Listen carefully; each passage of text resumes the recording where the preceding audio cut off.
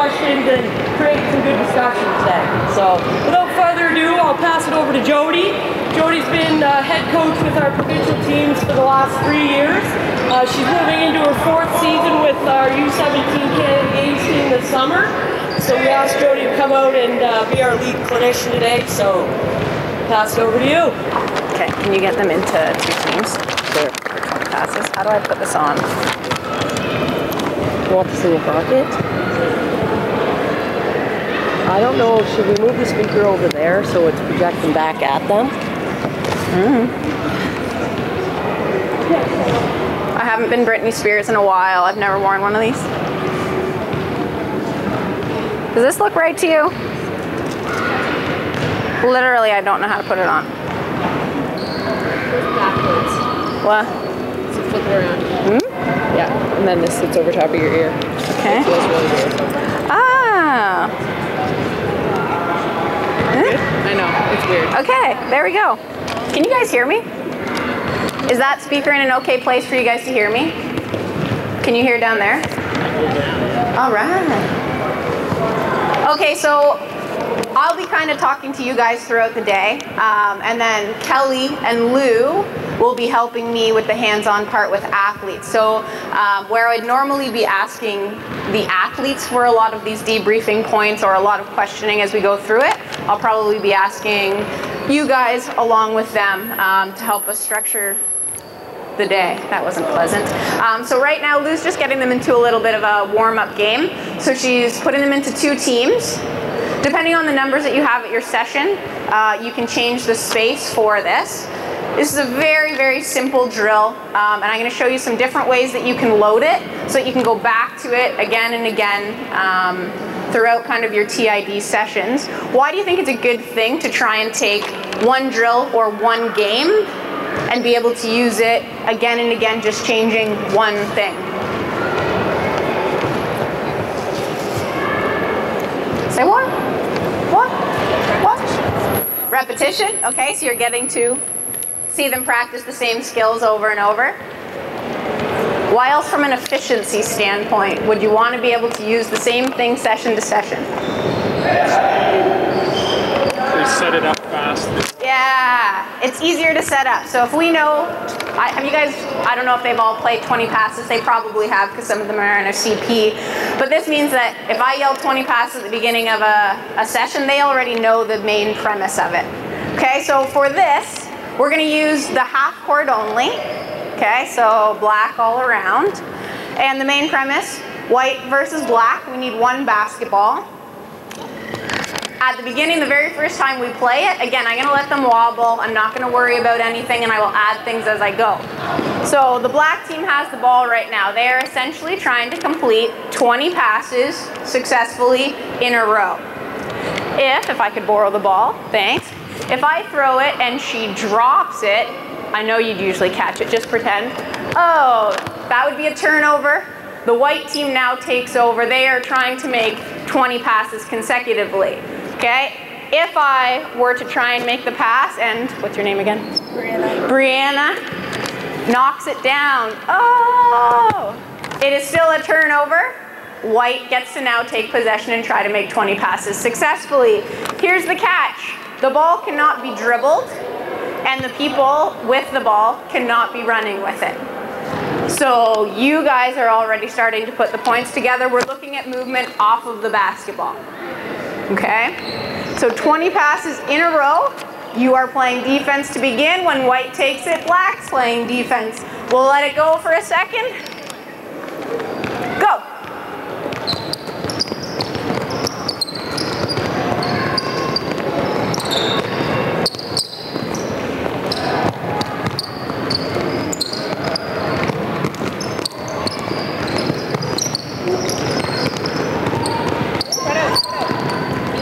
So white takes possession, black's playing D.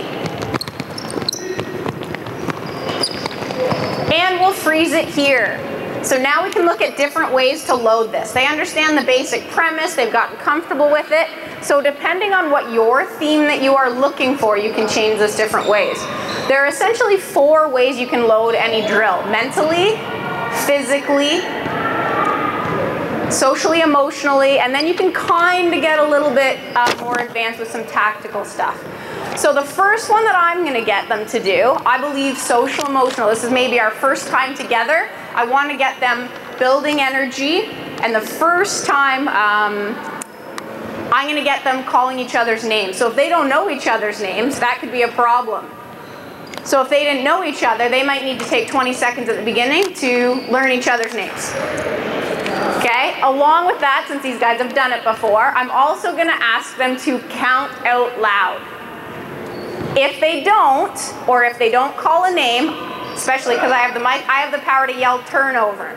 So the point that I want to emphasize is coming out in the gameplay. Okay, we'll then debrief it. So you guys now have to use names and count out loud as you go. Black ball. 1.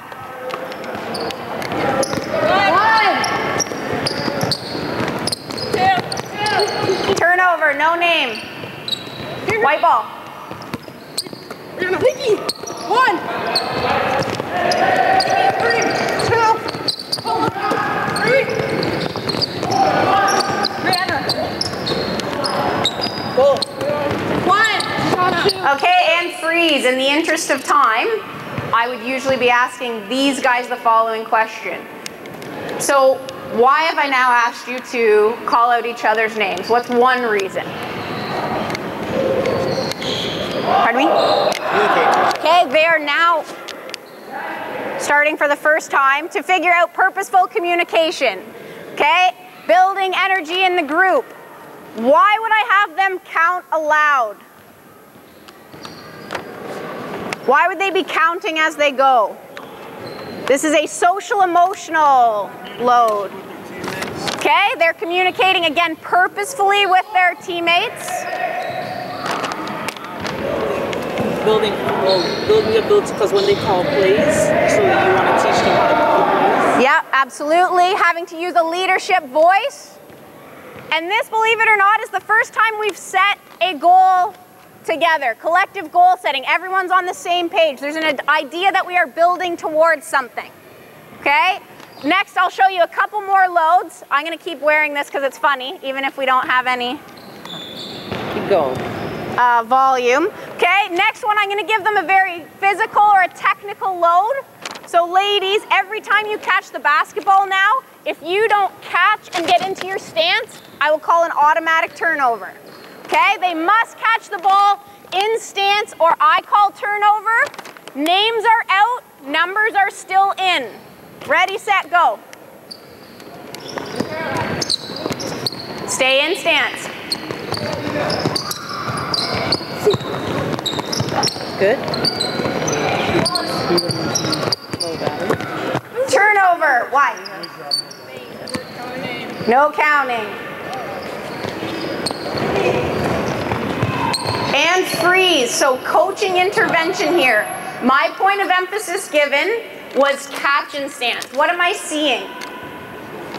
They catch and stance, and then what happens when defense comes? They're coming up. So I need to refine my point of emphasis. If you come out of stance, I will also call a turnover. White ball, continue. Turnover, came out of stance.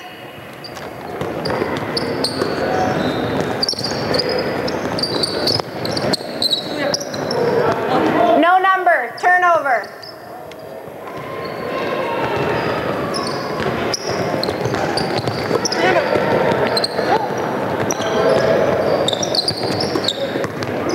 Okay, again, for interest of time, we're going to move on. Now, this is what, you guys are under 12? 13. Under 13? Okay, now this is a very talented group. We're lucky to have them today. But what happened? I now had 2 points of emphasis in. What happens because I've got more than one? Were they able to execute both of them? Not very well, which is okay. We have to push them a little bit. But I need to be able to figure out how much I'm going to give feedback on that. I might need to pull one of them back. Okay? But more importantly than that, I need to know that they're not going to be perfect right off the bat. It will look, everything we do today is going to look ugly at the beginning. It has to, and you have to allow it. It shouldn't be full speed and it shouldn't be perfect. Okay, we'll show you one more to kind of show how we can do a tactical point of emphasis. Every time you guys pass the ball now, so if I pass the ball to Wallace, before I can become eligible as a receiver again, I need to go and touch any of the sideline end lines before I can catch again. Okay? Numbers are still in the stance stuff. I'll let that go a little bit. I want to see a new point of emphasis. I know I can't probably keep 3 and expect to see them. Okay, here we go, ladies. Nice job. Touch sideline. Oh, I hear a teammate helping her out. That's awesome.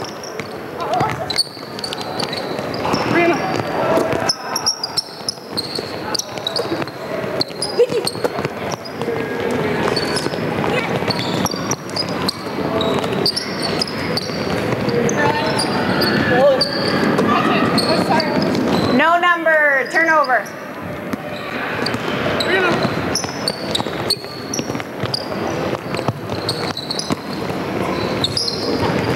No number, turnover. There it is. And freeze. Okay, very quickly, with your coaching hats on, what's the purpose? What am I trying to get them to do without even totally understanding why? Why would I have them go and touch a sideline before they can be eligible to receive again? Okay, so we're looking at creating some space for sure. Any other ideas? Yeah. Yeah, the idea that once I pass, I'm not going to stand still. So we're already starting to build habits without having to put this into a set. Okay? Now, from your experience, what are some other ways that we could load this drill? So we could use this literally every single session. Let's say you guys have 12 practices. I would argue you could probably find 12 different ways to modify this as you go. Any ideas? I'm scared to go that way because it keeps squealing at me. Yeah. Okay, and that would be a mental load. You cannot pass back to the person that you receive from, so the give and go is out. Only outside the 3 or in the key. Okay, so where they can be catching passes, so we're starting to emphasize our spacing principles, outside of 3, inside key. Tactical, go down the court and get a point or something. Okay, so we could start to add the idea of invasion territory, so offensive and defensive. It becomes kind of like an ultimate frisbee game. Okay, so we're only going to pass with our non-dominant hand. I saw a hand down here, I think. Yeah. Okay, you got to put on a little shot fake or a nostril fake before you can go. Jeff. Okay, at the end of 20, you got to actually make a shot. Great examples. We can shrink the space. We can add a time limit. That's a mental one. There are so many different ways. If you really have a talented group for your U16s maybe, they have to be dribbling a ball and trying to play, so you've got some coordination in there. Okay, Lou's gonna take us through some dynamic stretching now. So this first piece gets their heart rate up. Everybody's moving. We don't have any elimination games. If you do want to play some sort of game that's traditionally elimination in your warm-up, instead of eliminating anyone, have them run to the sideline, do 5 jumping jacks or something, and then come back in. Getting the heart rate up is important before we go into some of our movement prep and dynamic. So for your U12, maybe your U14, we'll go with some more traditional dynamic stretching. I'll talk you through it, and then we'll show you some new stuff we've started doing. Okay, so this is just your traditional high knees. In terms of wanting to give differentiated feedback, if you've got a kid that maybe has some extra athleticism, we can be talking about opposite arm, opposite leg, flexing our toe to ceiling as they bring up. When they're doing the high knees, if you notice that they're having trouble bringing it up, okay, hip flexors, core strength might not be there, and with a lot of big kids especially, and we still see it with some of these 6'4" kids at high levels, they can't run, they can't lift their legs up. Into some karaoke, they're starting to understand that planes of their body can move on different timing.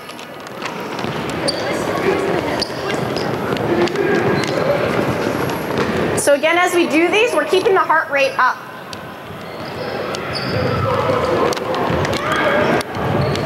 Warming up spine, warming up some of our rotation, which has to do with our ability to pivot. Okay, we call this a lawn bowler. I don't even know why anymore. We usually explain it like you're holding two bowling balls or lawn bowling balls to ceiling. Ooh, and bowl. Okay, we try to say no Quasimodos, no humpbacks here. So we want to teach very much the hinge at the waist, but not this. So everything is proud chest. Everything is trying to stabilize through core. Okay, and you can see Lou doing a wicked job of doing some error detection correction. This is the first time we are actively on court giving them feedback. We build an athlete before we build a basketball player.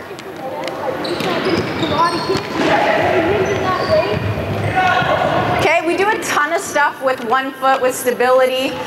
This is not only, especially at these younger age, this is a very basic intro to strength, to balance, but also doing a great job of stabilizing specifically some of our problem areas. We used to talk about it a ton in females because we used to blow ACLs way more than guys, but I mean rondo, rows, like it's happening everywhere. The load being put on athletes is so significant without the foundation to support it. So here, believe it or not, we are strengthening the knees, strengthening the ankles, and making them smarter. If their shoes were off right now, anytime they're in 1 foot, you'll see all this crazy twitching going on. That's tendons, that's ligaments, that's muscles doing all the making them smarter. You don't strengthen necessarily, you literally make them smarter. Neural adaptation. Okay, with this one, again with the younger kids, it's not going to be perfect, but if you do want to start error detecting when you get with the older kids, they're going to want to open their hips sometimes. To make sure we're teaching them to fire their glute muscle, try and keep those hips closed so they're parallel to the ground.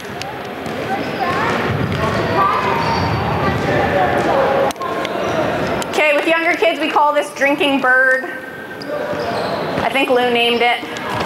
Slight bend in the base leg. When we're on 1 foot, we always want a slight bend in the base leg. So again, we're having to activate the muscles around as opposed to putting that stress on the joint. Okay, and these girls, and Lou gave really good feedback, again, try to keep the hips closed. With girls, a lot of times that we see the ACL stuff is because they don't know how to fire their glute med.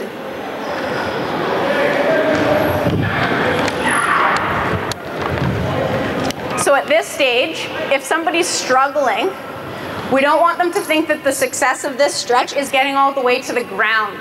It's meant to be an individualized stretch. You don't have to get all the way down. Technique over distance, I guess.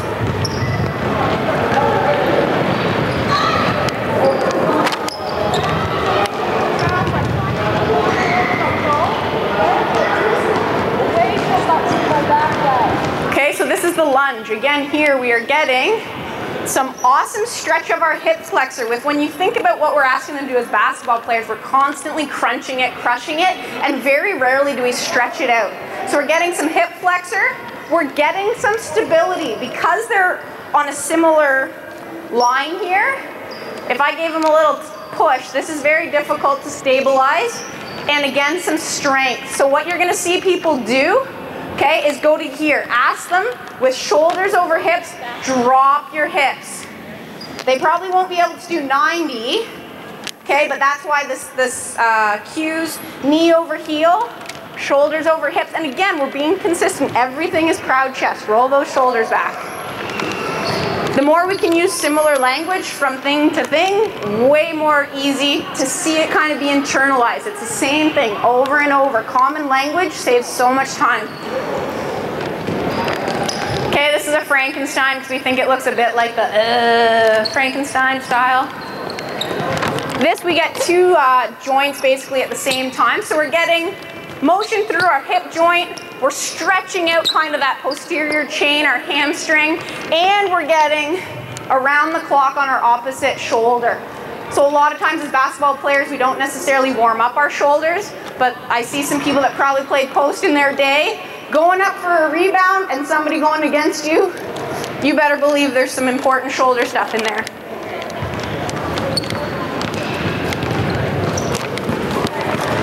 so now we're stretching out our glute. There's a couple different ways to do this one. The reason we've gone to this and we call it the Buddha, I'm sorry if that's, I don't know if that's culturally offensive or not, maybe we should rename it. Feedback welcome. But this one's really good because the most fundamental movement skill that we need to teach any athlete is the squat. So here we've got a one-legged squat where we're not going so much with huge error detection correction, but again, roll your shoulders back, and I'm gonna sit down into a chair, and I want you guys to make sure as you watch, if a kid has a flat foot, in a one-legged squat, that's pretty good. Okay, and then by folding the other leg over top, we're just opening up that glute a little bit. But again, there's some strength, there's some balance, and there's some stretching. 3 for the price of 1 with developing athletes. Safe and a good foundation. For the Buddha, if you've got a kid that is struggling with some knee stuff, that can be a little intense on it, they can just go into a hug and shrug, which isn't quite as much stress on the knee. Oh, she's got them. This one is not a fan favorite, but very, very good. This is, some people call it a caterpillar, some people call it an inchworm. For those of you taking notes furiously, that is amazing. I should probably tell you, just to take some stress off. This is videoed. It will be online, and I believe we're putting some documents together for you as well. So if you have to choose between writing it down or listening and watching, I would recommend listening and watching, but you guys know your own learning style best. I'll give some points of emphasis on that when we revisit it in a second. This is one way to do a sumo stretch, we call it. There are some different ways. Not everyone will have the mobility to be able to do this. Now, just to show this person here, sorry to put you on the spot, this is a very good example of full mobility. The reason I can tell that is because she's able to go all the way down with both her feet flat and maintain a proud chest. So for me, even when I do this, I know I have low back deficiencies in my strength because I can go down, but I have to lean so far forward in order to let my body go down as far as I want it to. You want to build on this? Yeah. Nice job, ladies. We'll put you back there. Don't want to spend too much time on this, but with some of our maybe older athletes, or in the idea of having a proper warm-up, it's more intense than you probably think it's supposed to. So we really want them sweating by the end of a warm-up. We want intensity to build so that the last thing that we do translate directly into our first drills, or our intensity is where we want it to be when we start a game. So this is some stuff we started doing with the cadet team last year. And instead of just going with the high knees, what I want you guys to do, and this is going to be new for you guys, it might rattle a little bit. We're going to go high knees, but on the third one, we're going to hold and stabilize for about 2 seconds. 1, 2, 3, hold. 1, 2, 3, hold. Okay, and I want you guys, we'll just go to half, and then you're going to jog it back at about 60% of your speed. Go ahead. We'll go through these fast for you guys. And at first you'll notice they want to rush through it. But again, I know as the coach, I'm really trying to get them to stabilize. So Lou's going to help them with the air detection as we go through it. Next one with our C's or our bum kicks. Again, you'll get a chance to see who's got good mobility. As they kick up, you're going to go with the same 1, 2, 3. But on the third one, I'm going to hold. What you're going to see some of these girls do, and I want you to watch who does it and who doesn't, to get it, they're going to have to go out and grab. We'd like to get them to a point where it's up and back. Okay, or else we know, okay, quadriceps might be tight. When we do our cool down, maybe we'll pay some special attention to that. Okay, give it a try, ladies. 1, 2, 3, hold. Okay, and again, I would give a cue here. Make sure you've got a little bend in your base leg when you're stabilizing. Good, and jog it back when you get to that blue line. Okay, Okay, the next one. This is what we call a pendulum sumo. So the first thing, I'm gonna step out sideways. We'll all start facing that wall once I finish my demonstration. And this is where we get to see again the squat. So the way I teach it, stick your bum out first. We all are gonna look a little funny. We embrace that. We do it together. Anything that's new, we take the risk together. Sit in my chair so I can see are my heels on the ground. From here, now I wanna loosen up my shoulders and my upper body. I'm just gonna go opposite to opposite, front pivot. Stick my butt out in my chair. Okay, give that a whirl. Lou's gonna give some air detection correction here. This is the squat. Be absolutely diligent with the squat. Good. Eventually it kind of becomes the same thing, but at the beginning, make them do the squat before they do the pendulum.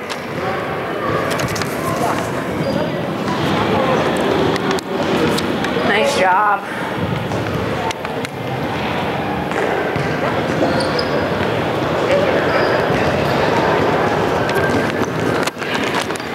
Okay, this one, we're gonna go back to our triple jog, but this time on the third one, I'm gonna take same side arm, same side leg, and open myself opposite. So I'm opening my hips and opening my chest opposite.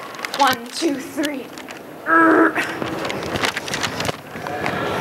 Doing opposite.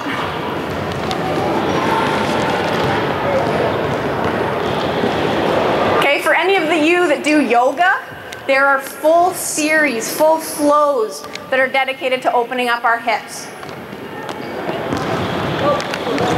And again, some balance and stabilizing.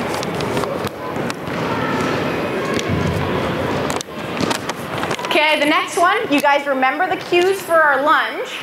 Now we're just gonna make it a little more dynamic. So again, we're having to do some stabilizing. So I call this hopscotch to your lunge. 1, 2, okay? And the hard part is landing in this. Your U12s might not be able to do this and maybe shouldn't even be doing this. But once they get into their hopscotch, rotate away from it. So we're gonna try and land in our lunge. That's very impressive. They must have a very good coach. Good, drop those hips, ladies. Nice job.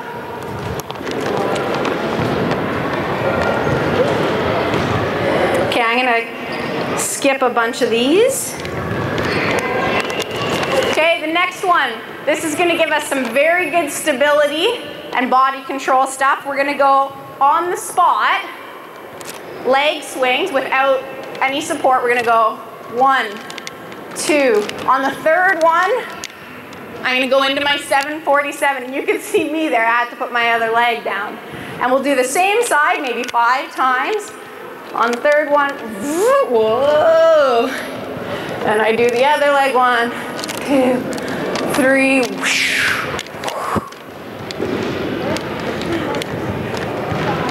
So with the older groups, you can see here, we're starting to make it more dynamic and more game-like. Every balancing in a real game is coming from having to counter oppositional forces, whether it's my own oppositional force or somebody else putting oppositional force on me.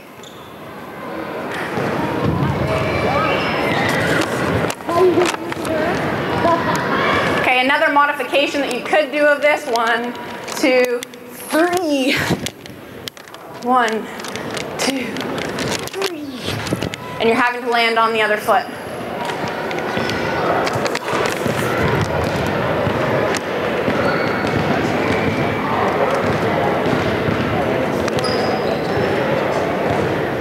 For anybody that wants more of these, I'll show you one more. If you want more of them, just come and ask me and I'll show you some other ones. The last one, I just think this one's fun. The kids tend to like it. This is going to be triple jump to 3-way balance. So now we're going to get to work on some of our horizontal power. So our first step. 1, 2, 3. So I've stabilized on every one. Quiet like a cat where I've absorbed the ground. And now I'm going to go Light back bend here. We're not asking for any gymnastics. 1, 2. My center of gravity changes. With young kids, balance is a wicked skill to teach. So I go 1, 2, 3. From here now I go 1, 2, 3. So whoa, darn it. 1, 2, 3. Give it a try. So I'm error detecting, correcting the first part and the second part. First time they do it, they're going to do it within their comfort zone, little baby hops. As we get more comfortable getting outside of our comfort zone, we want them to risk not being able to stabilize. Really try to explode from one to the other. And that all comes from, you guys are seeing the dots connect, everything comes from our squat. A dynamic squat where I'm constantly decelerating, accelerating. Vertically, horizontally. Beautiful.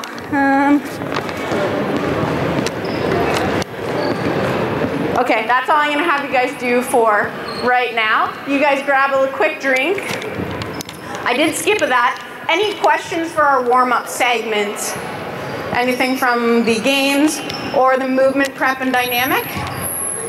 Yes.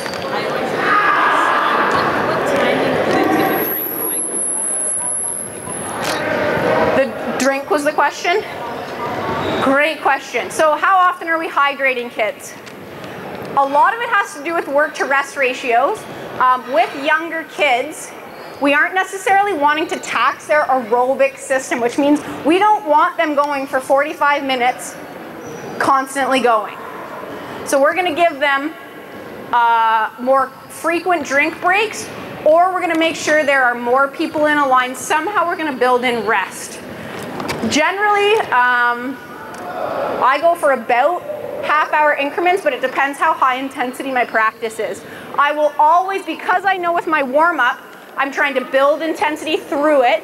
Generally, it's about 25 minutes to 30 minutes because I'm getting some of the technical, tactical, all of our movement prep, as well as some speed and agility, some of that fitness work. I will always give them a break because it's also game-specific. The kids, what do they do at the end of their warm-up? They meet with coach, and they need to start understanding that mentally and physically, I need to be practicing being prepared at the right time. So after warm-up is always the signal to be refocusing in my 1 or 2 minutes to get a drink, listen to coach for next instructions, I'm ready. So I try to mimic it as much as possible. With the rest of the practice, if we've done a lot of walkthrough stuff, I won't give them a drink. If we've done a couple of high intensity things, I will. If your kids are sweating a lot, or if they are thirsty, it's too late. You've waited too long to give them their break. Good question, any others? Okay, I'm gonna grab my next set of notes.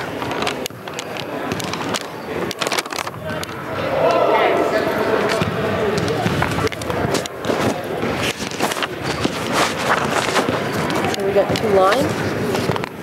Is that where you're at? I'll talk to them about the big picture. Yeah. If you want to start getting them set up to this, except this line will be at our quarterback. Okay. Yeah. Actually get everybody with a ball. We'll just do some quarterback stuff first. So let's talk big picture about transition. How many teachers sitting out here? Okay, so to use teacher language, which will still make sense to everybody else, we have an idea of what we want to get to. We have a big picture idea, we have outcomes, whatever language you want to use. We have to have a really good understanding of that, even when they don't, and figure out how are we going to build to get them to that. Okay, and a lot of times just because we teach something, and I know sometimes I stand on the sideline and I'm like, we went over that, doesn't mean that they understand it. So we're gonna try and go through phase A to phase D in a way that's going to actually cement some of the learning so they start to recognize cues. Now these guys have not done this. It is not going to be perfect, but it's good because you're going to see where the gaps are. And you'll be able to plan to address them when you go into your long-range planning.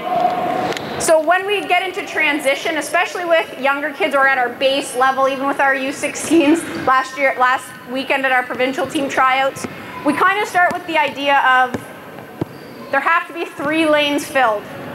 So somebody's got to be wide, wide, wide on our wing. Somebody's got to be, eventually we build to 4 lanes, but if you can get an idea of 3, you're in good shape. And so when you guys get your package, we talk about stretching the floor horizontally and stretching it vertically. Okay, there's 4 main rules or guidelines that we're going to use in this transition phase. So 1, always pass the ball to a teammate who is open if they are running in front of you. Reward the person running. 2, push the ball toward the basket if you don't have a teammate open in front of you. Common sense, I think. Run quickly if you don't have the ball. So if you don't have it, you want to get ahead of it. You want to get rewarded. Okay, and keep 3 lanes no matter where the ball is located. So with kids, you guys can probably, or you've seen it, if the ball is over here, where does the person that's in the other wing want to start to drift towards? The ball is a magnet, so we're trying to help break them of that habit. Now with those principles in mind, we're going to start from the very beginning, and that comes from being able to rebound the basketball. So we're going to start almost all of our transition stuff out of rebounding the basketball. 5 people go to defensive glass. Depending on philosophy, you guys can change that. But for right now, everyone has a ball. If you had a ton of rims, you could do it off the backboard. But right now, we just want to show them something called our quarterback. And this is an idea of strong and vision every time I come down with it. Can I borrow this for a second? So they're going to break off in a second and do it off a self-toss. But essentially what I mean is ball goes off glass. I need to pursue it. And as I'm in the air, I'm going to come down and already have established vision, strong base, and strong position with the basketball. Okay, from here, why we like it, if there is a defender, thank you. Okay, I've got 2 pivots, I'm able to take some contact. I've got vision to be able to start the break or make a good decision, because our rule is if someone's open ahead of me, I pass them the ball. That fits our principles. Okay, and the other thing that we really like about this, I've got ball away from D, and I've got a strong torso to be able to make a bit of a longer pass to my outlet or my wing, however you're running it. With U12s, do we expect them to be throwing the baseball pass? Probably not, but a strong base is a pretty good first step towards that. So what everybody that has a ball is going to do right now, because we only have 2 nets, I'm not going to do it off the net. I'm going to have them throw it, they have to pursue, and get into a quarterback. When you guys do this, I want you to do it so that you are squaring yourselves or getting your non-dominant shoulder to one rim or the other. You can go anywhere in the gym. You've got 30 seconds to do it. Maybe you share with Nikki. Anywhere in your own space. You're just going to self-toss, get into your quarterback, facing one of these rims. Go ahead. You got the whole rim or the whole gym. You gotta go get it. You gotta go get it.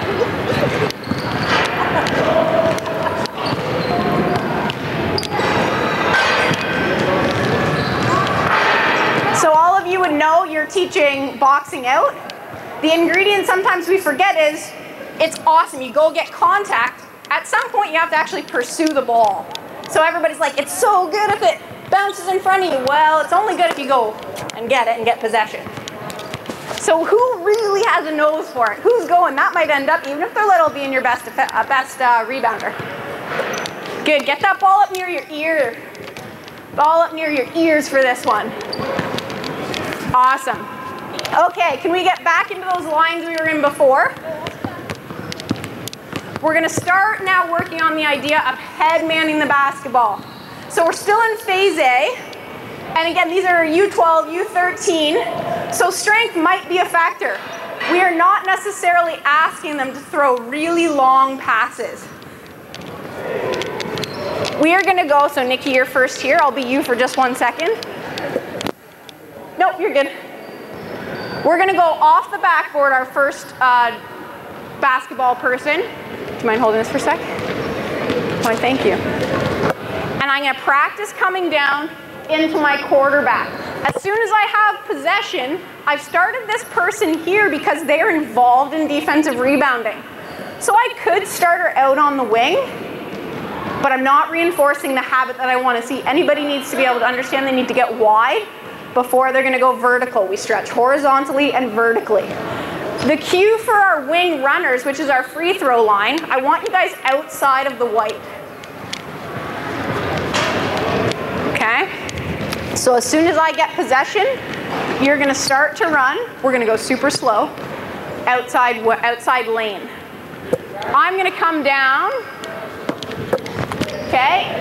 And I'm going to start this break. So she might not be open right now, or I might not be strong enough to make that pass. So I've come down, I've taken some vision, and I'm gonna start this break. She must stay wide until she gets to free throw line extended or the 45, and then it's a sharp cut. She's creating a sweet angle for me. So I can give her the ball kind of at that 45, that wing spot, that attack spot, whatever language you want to use.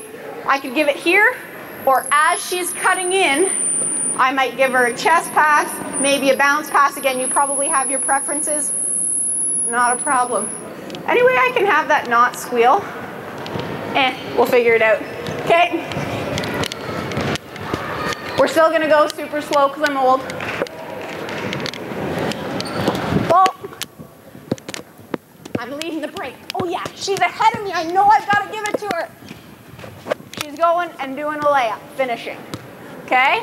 We can then join this line. In terms of rotations, don't play the same position. You guys can probably figure out, while we're going on that side, what are you guys doing? Going on the other side, it's a beautiful thing. We're being nice and going to the right to begin to give them some success. With older groups, I always build from traditionally non-dominant side. If they can learn it with their non-dominant side, it's much easier to translate to your strong hand. Okay, so Nikki's at our quarterback. We've got quarterback, and we'll wait till they get past half to start our next group. Go. So before I give any feedback, I'm gonna let them go for a little bit. I'm gonna let them get the hang of the drill, and I need to know what were my points of emphasis. When I stop this, I'm not gonna talk about how they did their layup. I don't care right now. Thanks, dude.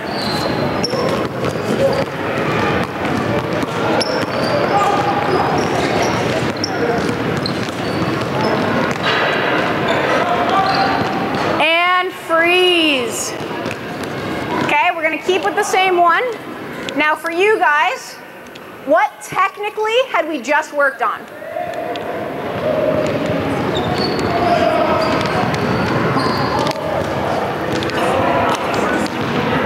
Yeah, so my feedback only has to do with what I just talked about. Why am I not going to talk to them about their layup right now? Which seems probably strange in some ways. Why am I not even going there?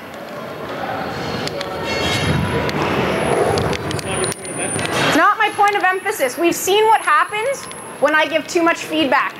It takes them away from the point of learning we're trying to get, the habit we're trying to build.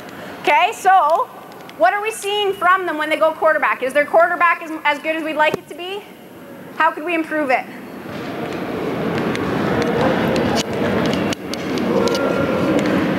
Is that a hand? No, just a finger. Okay, so they're going to get the ball up a little bit higher. I'd like them to try and improve their vision. Person at free throw line, only point of emphasis I've given, get wide. I'm going to ask them now, once they get wide, I need you to be splitting your vision. So I'm looking over my inside shoulder back, as well as getting an idea of what's ahead of me. Okay? Let's remember, we're not going to make the pass right now until we get to that attack slot. Okay, here we go again. So the intervention I just had with them took about 2 minutes. Usually it'd be 10 seconds. The interventions should not be long. Okay, So Nikki, gotta get wider.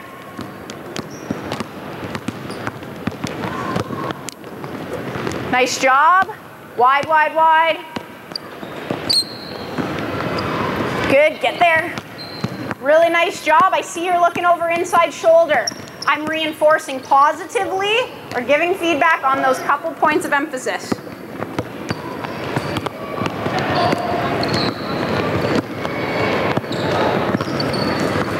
Okay, and freeze. Going a little more quickly. So the quarterback bust out. At U12, at U14, it's global players. We don't really have positions. So busting out is a great way to allow lots of people to be handling the basketball. At U16, you might start to be playing around with some positions. Not a big deal. I'm going to show how we can get the ball into a point guard's hands. For the U12 and U14, because this helps give some organization, it's not like you can't use a point guard. We just encourage you to make sure it's a different person shift to shift. So now we're going to run this just a little bit differently, and it's going to actually go a little bit differently than what we're going to teach in our big picture, but it's an easy way to run this drill, and you've all seen it before, I'm sure. So we teach a C cut to our point guards. So after quarterback comes down, so you're going to come be me in a second. So our first person, our wing runner, is actually going to come wide. So Carrie, you'll start on the sideline. We've gotten to a position where we'll start you guys on the red corner. As soon as possession is gained, so can you do your quarterback for me? As soon as she's got possession, that's my cue. I'm going to get wide, get my butt to the sideline. I'm going to do a C cut. So hopefully my defender came with me. Now I'm going to present a big target. As I come, I'm going to start to curl up the court. Quarterback is going to hit me. Okay, and it's a pretty tight curl. I'm just basically staying to the right of my center lane. Quarterback is now going to become our wing runner. This is your traditional break that you've all probably seen. Depending on your level, a point of emphasis you might give to your U16s right away is which hand is this dribble going to be in. More than likely it's going to be in my hand away from the defender. Okay, with the U12s, we probably don't care. We're just trying to get some spacing concepts in. It becomes the exact same drill where I'm hitting at attack spot. She cuts in at the 45 and finishes. So my point of emphasis now that I'm going to give feedback on the fly, get your butt to sideline, and we're going to create a C coming back up the court. I can still give feedback on getting wide. Okay? So Kelly and Lou are going to give feedback, and I'll keep giving some feedback as well. Give it a try. Quarterbacks, here we go. Up off the glass. Yep.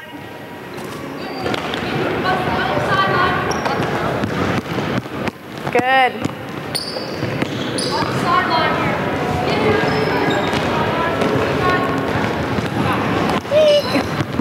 So I'll walk near you guys, and you can start giving me feedback. So what do we need to tell this young lady? She's got to get wider. If they're really struggling, put some pylons on the floor. Okay, if you've got a parent volunteer who wants to be in the gym. Okay, anybody running the wing? So Wallace, you got to give me a high five as you go past. Nice, get outside me, get outside me. Yes, lots of interventions. It's manipulative, but it's manipulative for all the right reasons. You can always add a guide, so a phase B to see anything you need to see. I don't know her name. The inside man.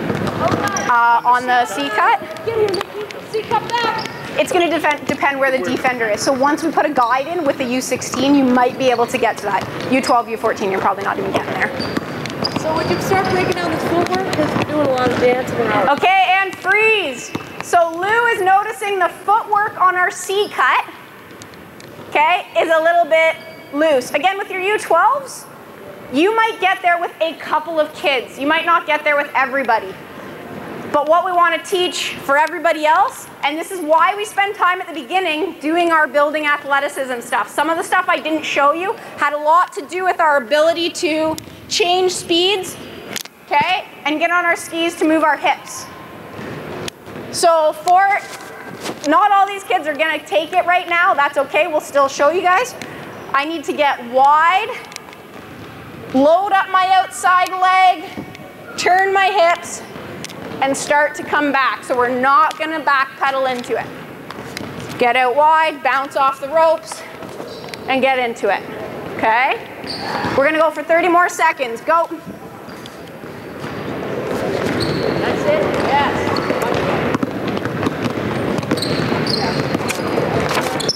That's much better. We could get them coming back a little tighter. Good, get wide, get wide. I know I need to put a coach out here again. Kara, can you stand here for me? You're gonna be getting out the, you guys gotta get outside of Kara. Get outside of Kara, good.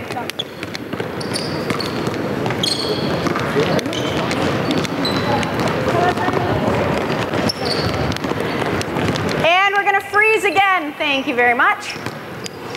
Depending on the level, I'm gonna show you some stuff with a rim run now. With U12, U14, you might not choose to have a rim runner. Okay, we probably won't have a post player. What I've done with some younger teams is allow the first person, you get the rim, you call it and you take it. So first person can be our rim runner. Okay, and the rule is if you're ahead of the play, you get the ball and you also get the prime time real estate. So we're gonna show you how to do that a little bit. We're still gonna have a quarterback. Because we're still going to the right side, you can be my quarterback. We're gonna start our rim runner. And the way we'll teach them where to go when we actually get into gameplay, you're gonna stagger just opposite of where the ball is. So we actually don't want to teach them to run right on the rim line, because if this quarterback busts out, this is a very difficult catch. We see it in the NFL, but it's really difficult. So just staggering slightly and running basically the non-FIBA lane line gives us a much better angle to make this pass. So out of the same drill, you can manipulate it for anything that you need to see based on any philosophies. Now again, with the 14-16, you're probably starting to put some of these together, or you're going more quickly through all of these progressions. Everything that I'm doing right now is obviously at a slowed down pace. So the rim runner, okay, right now, we're just gonna have to be careful. Caroline and I should not collide if we're doing this properly. Because we're teaching them to embrace chaos. What's your name again? Sydney. Sydney knows she's gonna have to keep her head up, or else there could be a collision. You need to know your clientele. If you don't have skilled players, this might not be safe. I believe, coach, tell me if I'm wrong here, I think we can do this with this group of players. So she's gonna go off of rim to quarterback. You're still squaring up to sideline. Good, turn your body. Possession is there. I'm going, yes, there's an open rim, I'm gonna get it. And I am sprinting this lane line. She's starting her bust out just like she did before. Okay, and once she kind of gets to this area and I'm ahead of her, again, she's gonna lead me to the rim. In a second, I'll show you the footwork. This is how we start to build a young post player. So she's gonna give me this pass, and I'm going to finish. If you've got people that can make it with their left hand, we can try to give them some input on that. Okay, back here we go. Kelly and Lou, if you can help them get this one set up, then we'll teach the outside inside. Okay, balls up, here we go. Still in our sweet quarterback. Still get them on the left side of the rim for quarterback, Kel.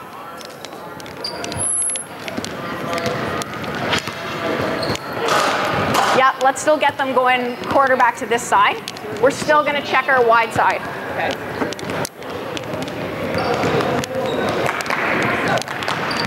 Good, I've got to see both.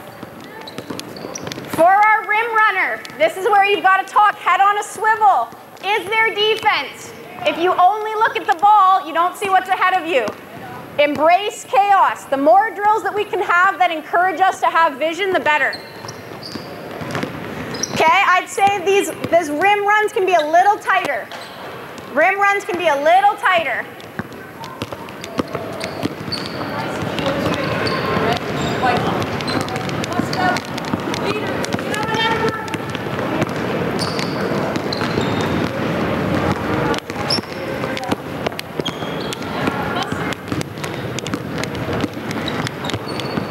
And freeze.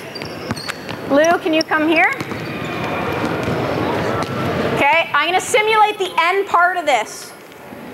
This is where you could be building. With our young post players, they are not going to be as coordinated. We don't cut big, tall players because they come into stuff later. But we need to give them ways to find success early by just doing a couple of things well, or they will not stay with basketball. So we're just simulating the end part of this. Can we get ball to Lou? I've run the rim, so I'm on the left side staggered. Lou has not broken the three-point line. The catch for this that we want to teach, and we will teach it again and again from all positions, but especially here to begin, I want to try and catch this with what we call a reverse jump stop, or I personally call it an outside inside. So as she passes this ball, it's kind of taking me to the corner of the backboard, or it's stretching ahead of me, again, however you want to teach it. And I need to be able to come down with my outside inside, so that, would you mind coming standing here? The outside inside has allowed me to take this contact. If I go inside outside, she can jam me, and I have very little power to go against it. Okay, so I'll show you that one more time. And you just go to smile. When I catch, you're going to come over and try to pound me. The vertical is just not what it used to be. She comes over, okay, and I can start to maybe even teach them a baby hook, but even if I'm just teaching them to gather and finish, if you can teach a big person to run the rim, one way to get an easy score, okay? So for our ladies here, we're not going to overemphasize it with this age group, but we're going to try and get to our outside-inside footwork like we do off our dynamic one-on-one stuff. Okay? We got 30 more seconds of our rim runner.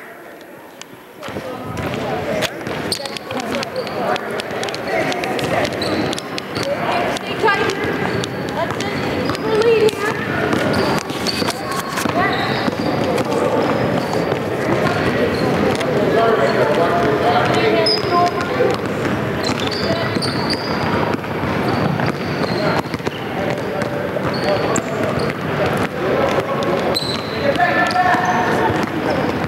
Good, our quarterbacks still look pretty good. Am I getting vision on my quarterback? Nice job, way to find her, Caroline. Oh, a little close the hinge, good job.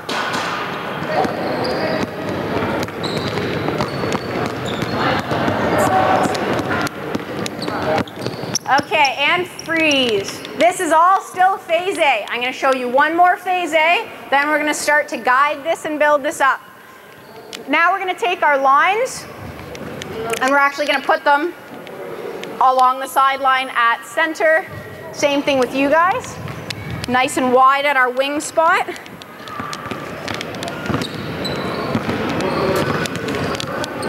I haven't emphasized a ton of stuff with where the passes are. Again, it's going to depend on who your kids are. Leading them to space is a pretty good idea. Don't make them reach for it. Okay, the way this is going to work, just to begin,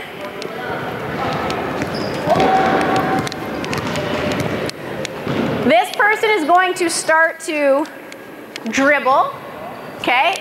And Caroline is actually going to run here without the ball, cut in, and receive a pass. Okay, so you can do it off the dribble, and then I'm going to ask you guys to freeze. So we'll just go that far. Go ahead. Nice, and in reinforcing, Caroline did a great job of staying vertical before she cut in for that 45-degree, created a nice angle. The passer, so we had our passer go from here. Our passer now becomes the wide runner going the other way. She picks me up. We're going as soon as I start to make my break.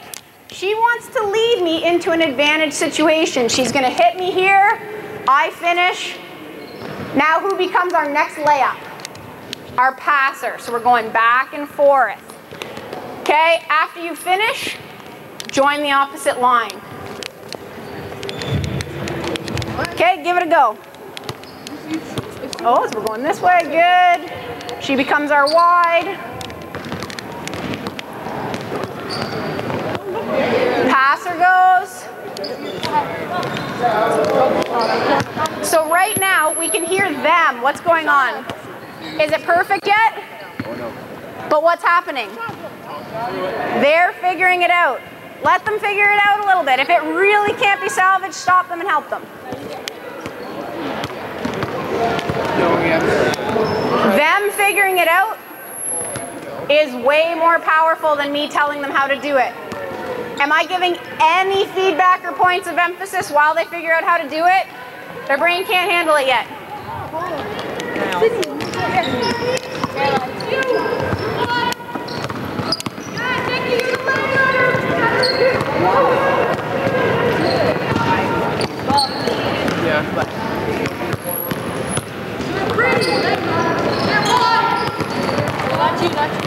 Good, way to help her out.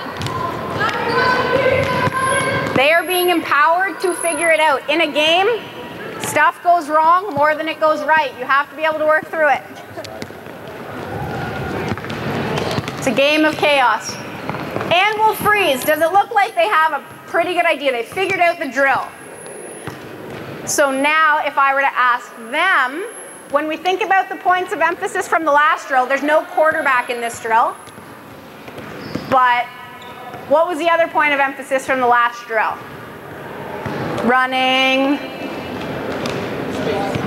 wide. Okay, so we want to get back into that habit. So after you become the passer, you need to get wide before you can go vertical. So to help that out a little bit, why are they not doing it right now? I need to be able to pick up on that as a coach. Who's in their way?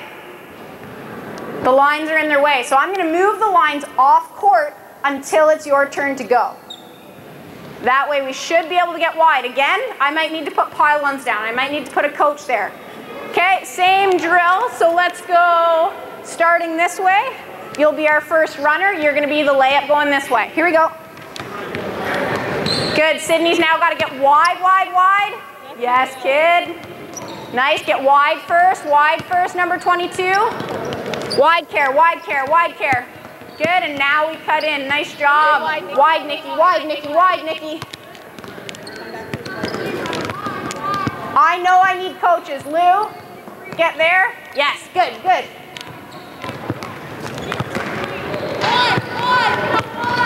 Nice, get wide, wide, wide, wide. Good, wider, wider. So Lou's gonna get where I am. Wide, wide, wide. Yes. And freeze. Last thing of this drill. To emphasize it again, let's try and catch this off of a bounce pass or a little lob. Let's try to catch on our outside inside to finish. Okay, we're going to try and emphasize the outside inside to finish. Get outside of Lou, get outside of myself. Which way are we going first? We're going here? Perfect. Here we go. Good, you're getting outside of me. Yes, kiddo. Good, let her get a little closer to the basket.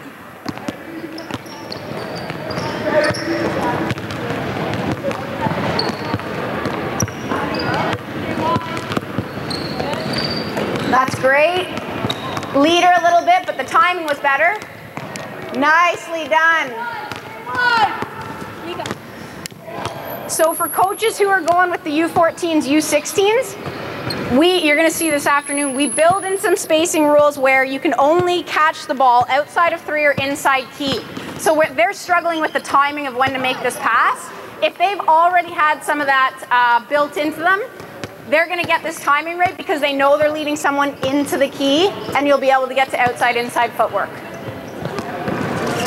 Don't break 3, 4, 1. Stay wide. Too much feedback. Okay, and freeze. you guys grab a quick drink of water while I debrief coaches. So we are going to start getting into some more game-like stuff. We'll go quickly from a phase A into different ways to do some phase B stuff, some guides. So now we're going to give kids one decision to make at a time, and you can add in more decisions as they start to get it. So with this phase A stuff, I kept it very simple. Depending on who your athletes are, you can give more feedback to kids that are a little bit ahead, or obviously you can pull it back and just, you have to prioritize. What's the most important thing you want them to get out of this? Any questions from some of this phase A stuff?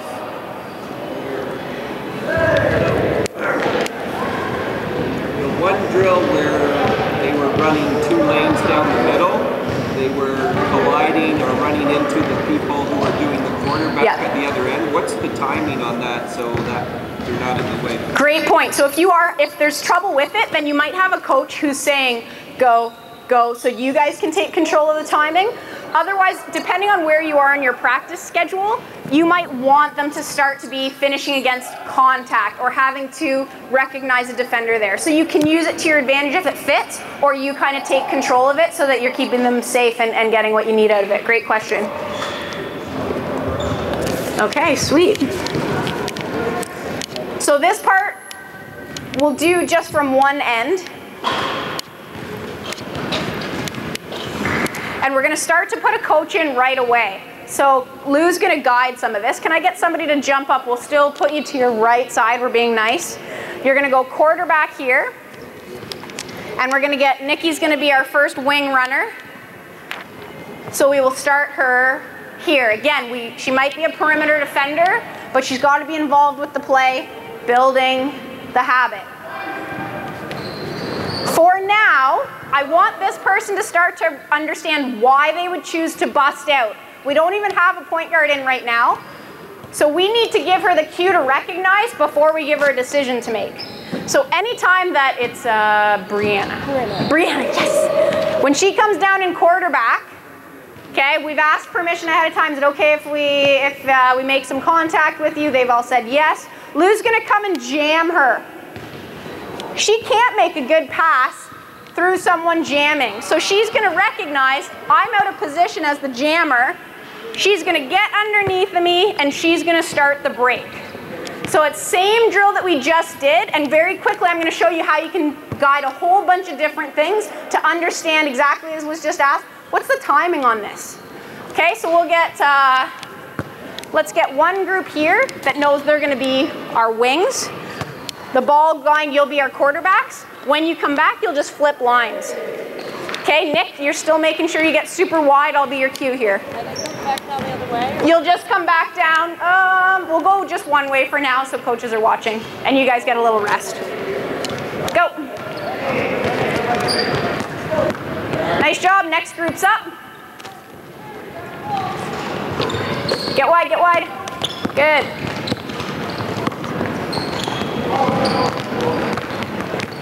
Get vision through Lou, even with her contact. See up the court, quarterbacks.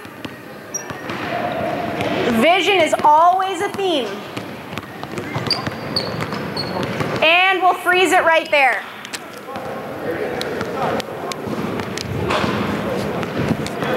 Okay, we're gonna add a point guard back into things right now.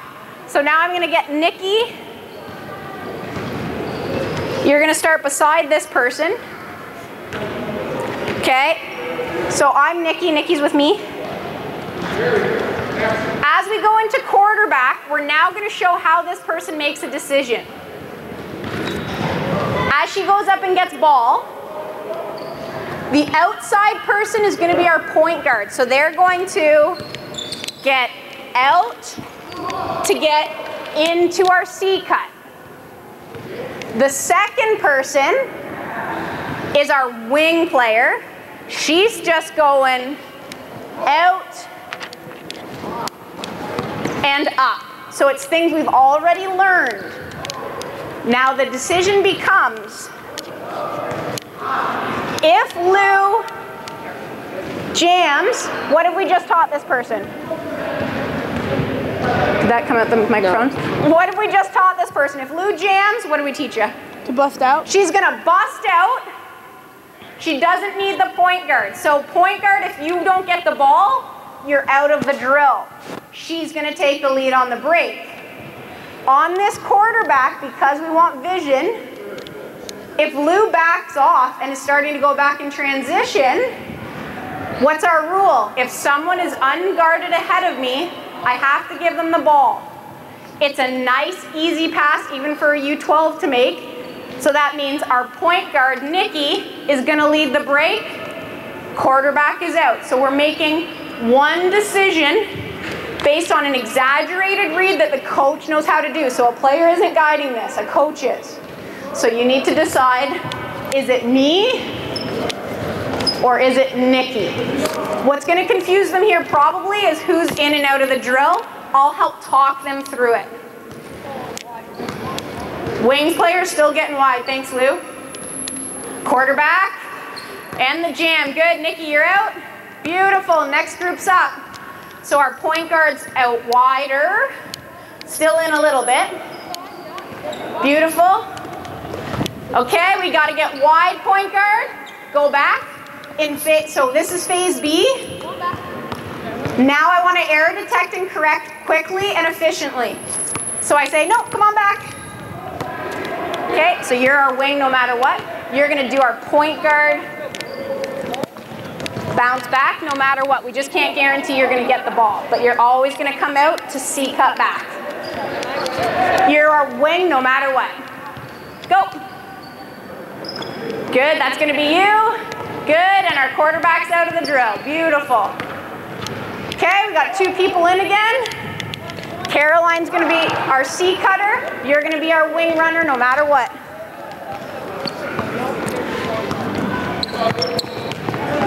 Good, bust out, Care, you're out.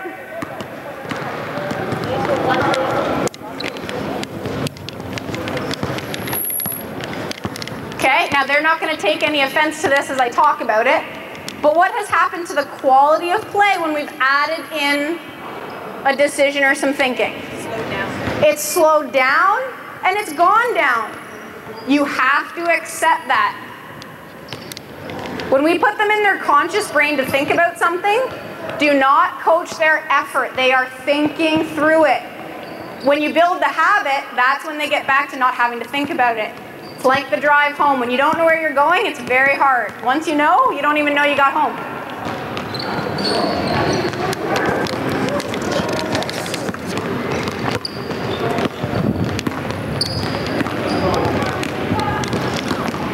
And freeze.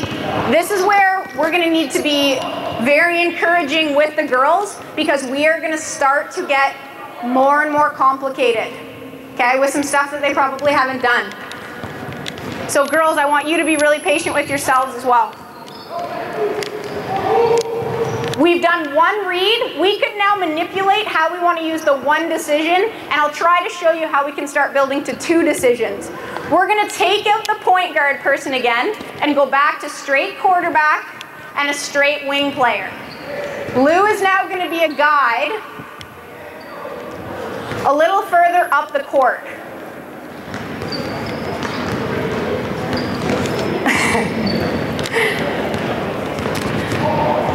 Okay? If Lou, when Weeks is starting her bust out, Nikki's gone wide. So she's coming up with the break. If Lou is down like this, I want her to cut to the basket and we're gonna lead her into the key. Okay, come back out. You don't have to actually go on a knee, but get down. If Lou is up like this, we're gonna make the pass early to Nikki at the attack spot, who's gonna then take it in and score off the dribble. We're just kind of starting to think about angles and why. Why am I making a pass? Down equals to the rim. Up equals I need to get, the ball has to see my target. Here we go.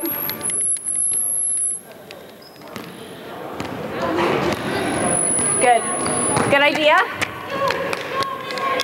So the point of emphasis there was making the right decision. They didn't execute, but did they make the right decision? Yes, I'm positively reinforcing. Am I as picky right now with making sure they go wide? Not yet, but I'll get back to that.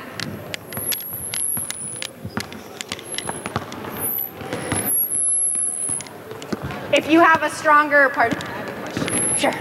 When you say early, and I don't think they're understanding how early that pass is supposed to go, because it seems like they're passing exactly the same start regardless of what Lou's doing. Right. You're right.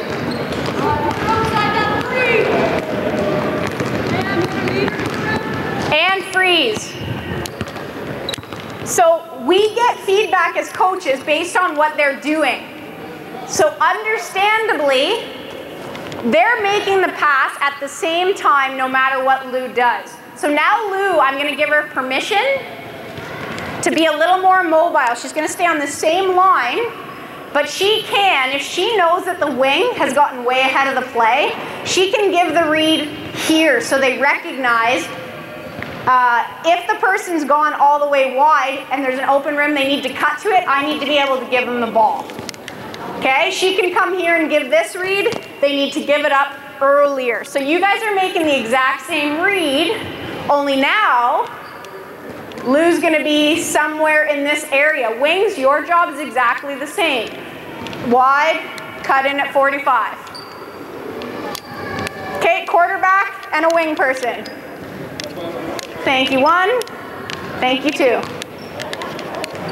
Go.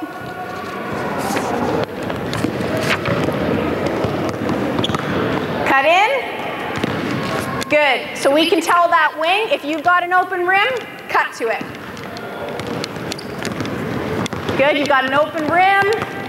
Nice. And very good recognition. I'm going to stop that in a second. Yes. And freeze.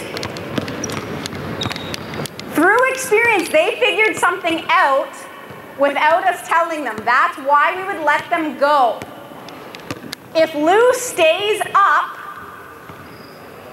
as I'm dribbling here, and our wing player cuts in, only one person made the read. We need both people making the read. So we saw a couple kids start to do it. Lou stayed up. I need to be an option where the ball can see me. So both of you guys now need to be making the read. Is Lou up and we're making an entry? Is Lou down? I recognize open rim and cut to it. Okay, go. Quarterback. Nice job getting wide.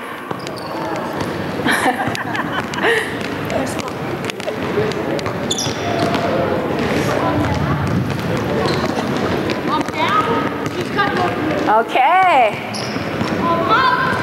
If they continue to struggle, but we know this is something we want them to get, what do? We might have to unload. What else? Get better players. Yeah, recruit.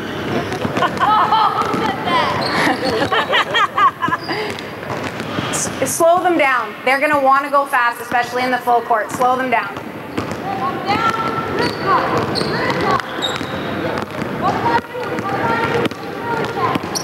Good read.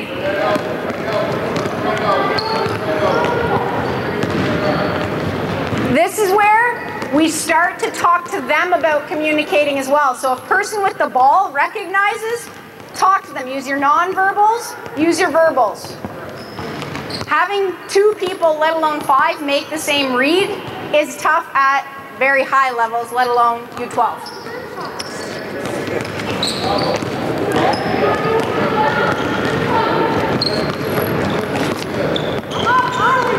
Okay, and freeze.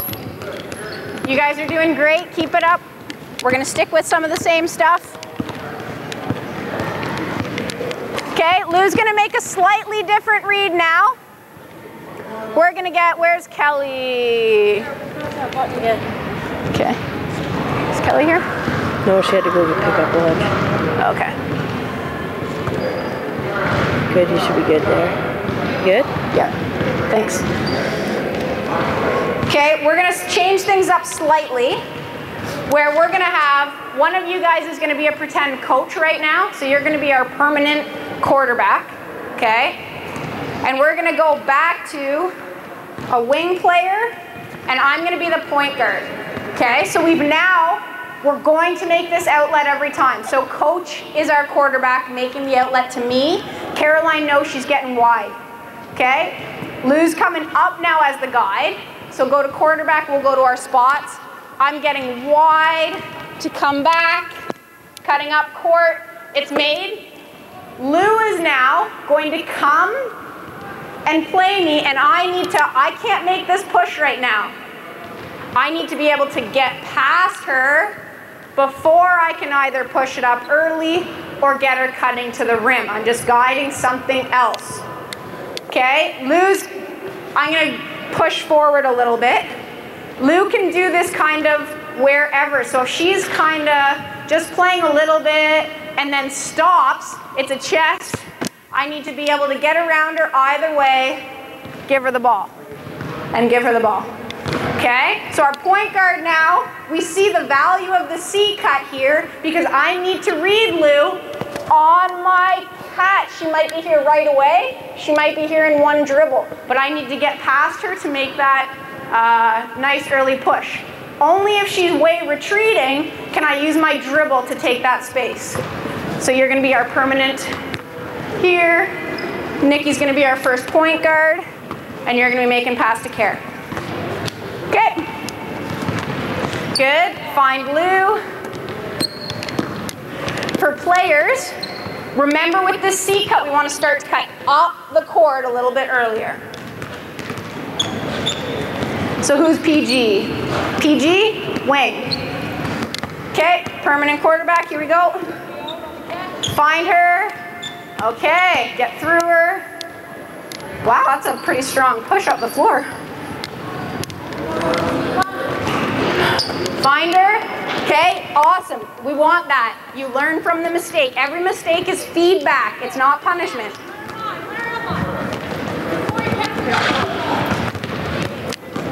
Head's got to be on a swivel, my point guards.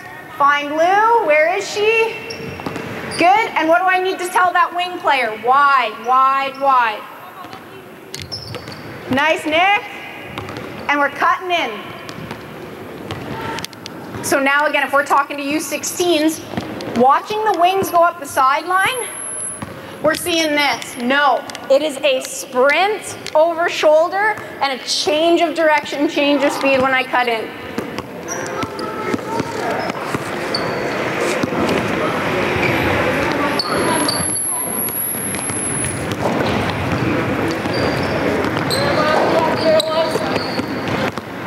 And freeze it. Okay, we're going to continue. We might even start to put more than one guide in. So we're going to go to point guard. You're still going to be reading Lou. You're going to become rim runner. We've still got coach being our quarterback. Nice job, coach. And we're going to start to hit our rim runner. What I'm going to add here, and this is where, again, coach can manipulate how much of an advantage, but I'm putting a mental load on our rim runner because now all I'm going to have is a chaser. I'm going to start it so they're not going to catch up to the play, but I need to get used to mentally having someone chasing me, hearing the footsteps, and being able to finish. So can I get you be this rim runner? And we're going to have a defender, or whoever, sorry. Yeah, nice. Okay, and we're going to start the defender in line with our charge line or with the block. So you can't go until she starts to go. And you're going to point guard. You got to get past Lou and get the ball in the key to our rim runner. She's not even there. You're not even going to think about her. You're just trying to catch up to the play as much as you can.